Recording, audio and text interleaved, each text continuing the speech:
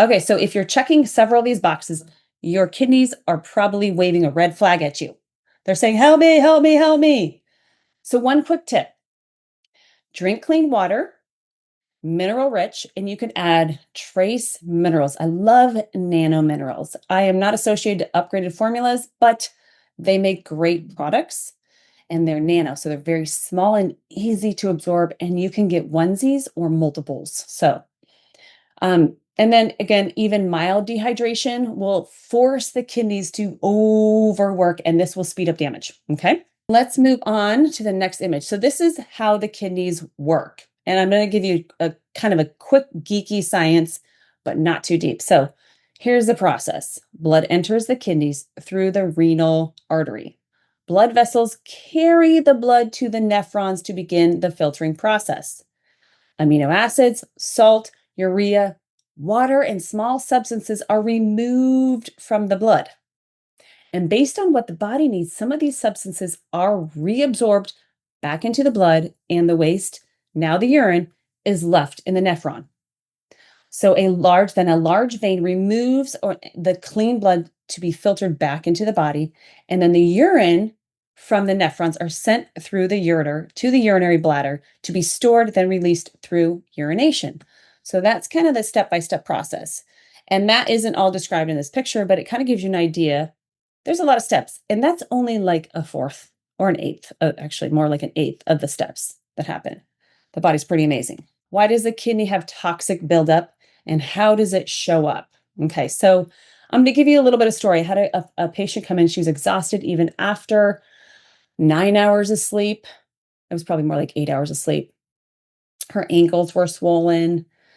She had a slight metallic taste in her mouth. She had done adrenal support. She had done some cleansing, but she still had this issue. And so we made a few adjustments in her diet. We removed oxalates. We added in a couple key nutrients. And then all of a sudden, she was waking up refreshed.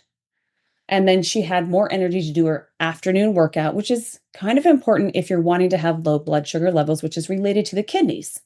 So, and now she's crushing it and taking names. So, the great part about this is that once you, as an individual, cut back on sugars or sources of refined foods. So once you cut back on sugars and remove refined foods from your diet, the body can heal itself. So you'd integrate healthy cruciferous foods. You'd integrate lean meats. We'll go through those in the last part of this. So, and a quick tip is that if you have sugar in your diet, that means from processed foods, you want to be below 1 teaspoon of sugar per serving, and that reduces stress on the kidneys. So that's really important. We'll do a comparison. I'm Sarah King Feldman, and I have been doing this for 20 years, helping people overcome complicated health issues. So this content is really just an overview of things that you can use to get yourself well. If you like this, you can join the Health Freedom Members Call every Wednesday by clicking the link or looking at the description and joining the membership. If you need more hand-holding, meaning like you need more one-on-one care, you can go to my website, foodbeautiful.com, and click the virtual link, schedule the virtual link. That would be initial virtual session. And you can join in a call. We'll do a full-on body scan, identify root causes, create a protocol and action steps on how to achieve this.